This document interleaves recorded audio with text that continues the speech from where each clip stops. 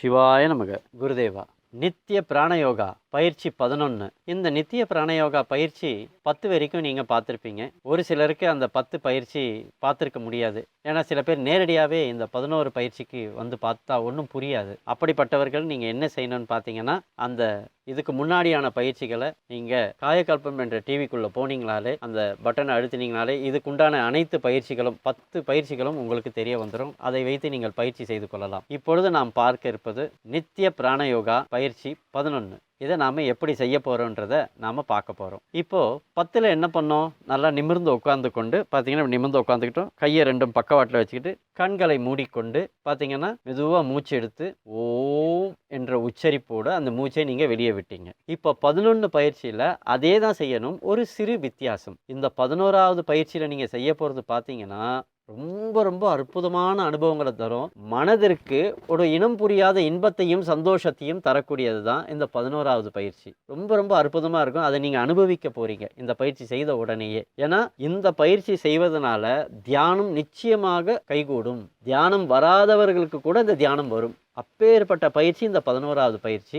இப்போ என்ன பண்ண போகிறோன்னு பார்த்தீங்கன்னா 11வது பயிற்சியில் நல்லா நிமிர்ந்து உட்காந்துக்குங்க. கண்களை மூடிக்கொள்ளுங்கள். கை கட்டவரலை பயன்படுத்தி கொண்டு காதுகளை நன்றாக மூடிக்கொள்ள வேண்டும். கண்களை மூடிக்கொள்ள வேண்டும். அடுத்து என்ன செய்யணுன்றதை இப்போ நான் சொல்கிறேன் பாருங்கள். அடியேன் ஒரு முறை செய்து காட்டுறேன் பாருங்கள். நல்லா கண்களை மூடிக்கணும். காதை நல்லா மூடிக்கிட்டு மூச்சை மெதுவாக எடுத்துட்டு ஓ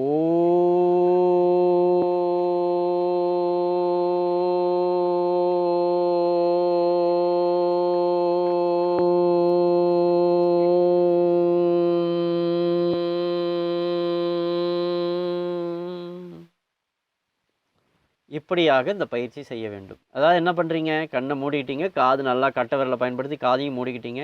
மூச்சு எடுத்து ஓம், அதே ஓம் தான் காதை மூடிட்டு செய்ய போகிறீங்க. இதன் மூலமாக என்ன ஆகுனா உங்களை சுற்றி அந்த ஓம் என்ற ஓம்கார மந்திரம் மட்டுமே ஒலிக்கும். வெளியில் ஒலிக்கிறதும் உங்களுக்கு தெரியும், உள்ளுக்குள்ளேயே அது ஒலிக்கிறதும் உங்களுக்கு தெரியும். ஆகினால நம் உள்ளுக்குள்ளேயே எப்பொழுதுமே அந்த ஓம்கார மந்திரம் ஒலிச்சுக்கிட்டே இருக்கும் இந்த பயிற்சி செய்வதனால். இந்த பயிற்சி ஒரு அற்புதமான பயிற்சி.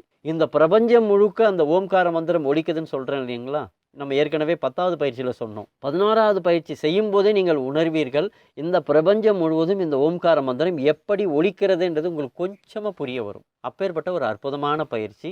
ஆகையினால இந்த பயிற்சியை காலை மாலை 2 வேளை 5 நிமிடம் மட்டுமே ஆண் பெண் அனைவரும் செய்து கொள்ளுங்கள். செய்யறதுக்கு முன்னாடி யூடியூப்பில் காயகல்பம் என்ற டிவியை சப்ஸ்கிரைப் செய்து கொள்ளுங்கள். அடுத்து வரும் பயிற்சியை நாம் பார்ப்போம். சிவாய நமக. குருதேவா.